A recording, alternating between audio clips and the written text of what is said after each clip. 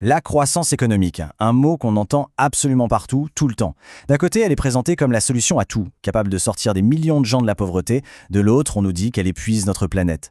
Alors d'où vient-elle vraiment? Et la grande question, est-ce qu'elle peut durer éternellement? C'est ce qu'on va décrypter ensemble.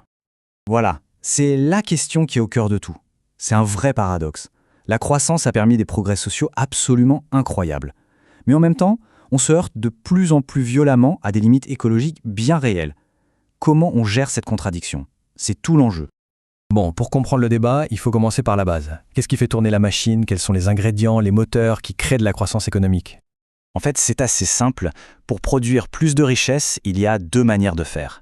Soit on a plus de moyens pour produire, c'est ce qu'on appelle l'accumulation des facteurs, soit on apprend à mieux utiliser les moyens qu'on a déjà pour être plus efficace. On va regarder ces deux piliers de plus près. Alors le tout premier moteur, c'est l'humain, le capital humain. Attention, on ne parle pas juste d'avoir plus de travailleurs, ce qui compte vraiment, ce sont leurs compétences, leurs connaissances et même leur état de santé. C'est logique, une main-d'œuvre qui est mieux formée et en bonne santé est beaucoup plus productive. Et comment on fait concrètement pour améliorer ce capital humain? Eh bien par des investissements très clairs. On allonge la durée des études pour les jeunes, on met en place une formation professionnelle efficace tout au long de la vie, et bien sûr on investit massivement dans un bon système de santé publique. Ok, ça c'est pour l'humain. Maintenant, le deuxième grand moteur, le facteur capital. Là, on pense tout de suite aux machines, aux usines, aux bâtiments. C'est le capital physique, matériel. Mais il ne faut surtout pas oublier le capital immatériel, les logiciels, les brevets, la recherche, qui est de plus en plus important aujourd'hui. Pour que ce soit bien clair, un investissement en capital matériel, ça peut être la construction d'une nouvelle ligne de TGV.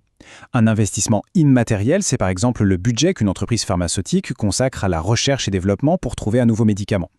Et un exemple très actuel, qui mélange les deux, ce sont les investissements dans les parcs éoliens au solaire. Mais attention, il ne suffit pas d'empiler des travailleurs et des machines. La vraie magie, le secret de la croissance à long terme, c'est la façon dont on combine les deux pour être plus efficace. C'est ce que les économistes appellent la productivité globale des facteurs, la PGF. C'est un peu la recette secrète et son ingrédient principal, c'est le progrès technique. Et ce progrès technique, il a été théorisé de manière brillante par un économiste, Joseph Schumpeter, à travers son concept de destruction créatrice. L'idée, c'est que la croissance n'est pas du tout un processus calme et linéaire. C'est un tourbillon permanent où des innovations radicales viennent balayer les anciennes industries pour en créer de nouvelles. Prenons l'exemple parfait, le smartphone. Son arrivée n'a pas juste créé un nouveau téléphone, elle a donné naissance à toute une économie, des applications, à de nouveaux services, de nouveaux métiers. Mais en même temps, elle a détruit des secteurs entiers, les fabricants de GPS, les vendeurs de cartes routières, les appareils photocompacts. C'est ce cycle de destruction et de création qui fait avancer l'économie. Et enfin, il y a un dernier ingrédient qu'on oublie souvent mais qui est absolument fondamental, des institutions de qualité. Pour que les entreprises investissent, pour que les gens innovent, il faut un cadre de confiance. Ça veut dire une justice qui fonctionne, des droits de propriété bien protégés, une monnaie stable. Ce sont un peu les fondations invisibles sur lesquelles tout le reste se construit. Bon, on a vu les moteurs. Ça, c'est le côté pile. Mais cette machine à créer de la richesse a aussi un côté face, un coût. Et aujourd'hui, ce coût nous met face à un double défi. Un défi social et un défi environnemental. Le premier grand problème, ce sont les inégalités. La croissance crée de la richesse, oui, mais elle ne la répartit pas forcément de manière équitable. On a toujours un écart énorme entre les pays riches et les pays pauvres, et pire encore, on voit les inégalités de revenus et de patrimoine se creuser à l'intérieur même des pays développés. Et puis il y a le second défi, et celui-là il est carrément existentiel, c'est l'environnement. Notre modèle de croissance s'est bâti sur une consommation effrénée de ressources naturelles et d'énergie fossile. Le résultat, on le connaît, le changement climatique, l'effondrement de la biodiversité. Face à ce constat un peu alarmant, une idée a émergé, le développement durable. Derrière cette expression, il y a une belle ambition. Trouver un modèle qui réconcilie l'efficacité économique, la justice sociale et la protection d'environnement. L'objectif est clair, mais la vraie question c'est comment on fait? Et c'est là que les choses se compliquent et que deux visions du monde s'affrontent. D'un côté, il y a ceux qui croient qu'on peut rendre la croissance verte, et de l'autre, ceux qui pensent qu'il faut carrément sortir de la logique de croissance. C'est le grand débat de notre époque. D'un côté, donc, les partisans de la croissance verte. Eux sont convaincus que la solution viendra du progrès technique et de l'innovation. L'idée, c'est de continuer à produire de la richesse, mais de manière propre.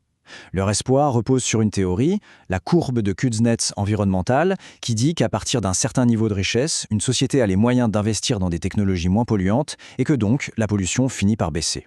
De l'autre côté, on a une vision radicalement différente, celle des tenants de la décroissance. Pour eux, l'idée d'une croissance verte est une illusion dangereuse. La seule solution est de réduire volontairement et de manière organisée notre production et notre consommation pour respecter les limites de la planète. Le mot-clé pour les défenseurs de la croissance verte, c'est le découplage. Ça veut dire quoi? Ça veut dire réussir à décorréler la courbe de la croissance économique de celle de nos impacts environnementaux, comme les émissions de CO2. En clair, c'est l'idée qu'on peut avoir plus de PIB avec moins de pollution. C'est le pari sur la technologie. À l'opposé, la décroissance. Et là, attention à ne pas confondre avec une récession, qui est une crise subie et douloureuse. La décroissance, c'est un projet de société. C'est l'idée de planifier une réduction de notre production matérielle de façon juste et équitable, en se concentrant sur ce qui est vraiment essentiel au bien-être, plutôt que sur l'accumulation sans fin. Alors, croissance verte ou décroissance, le débat est loin d'être tranché. Mais une chose est absolument certaine, l'économie de demain ne ressemblera pas à celle d'hier. On est déjà en plein dans de profondes transformations. On peut identifier 3 grandes transitions qui sont déjà à l'œuvre. D'abord, la transition énergétique, bien sûr, il faut sortir des énergies fossiles. Ensuite, la transition numérique, qui change tout avec l'intelligence artificielle et la digitalisation massive.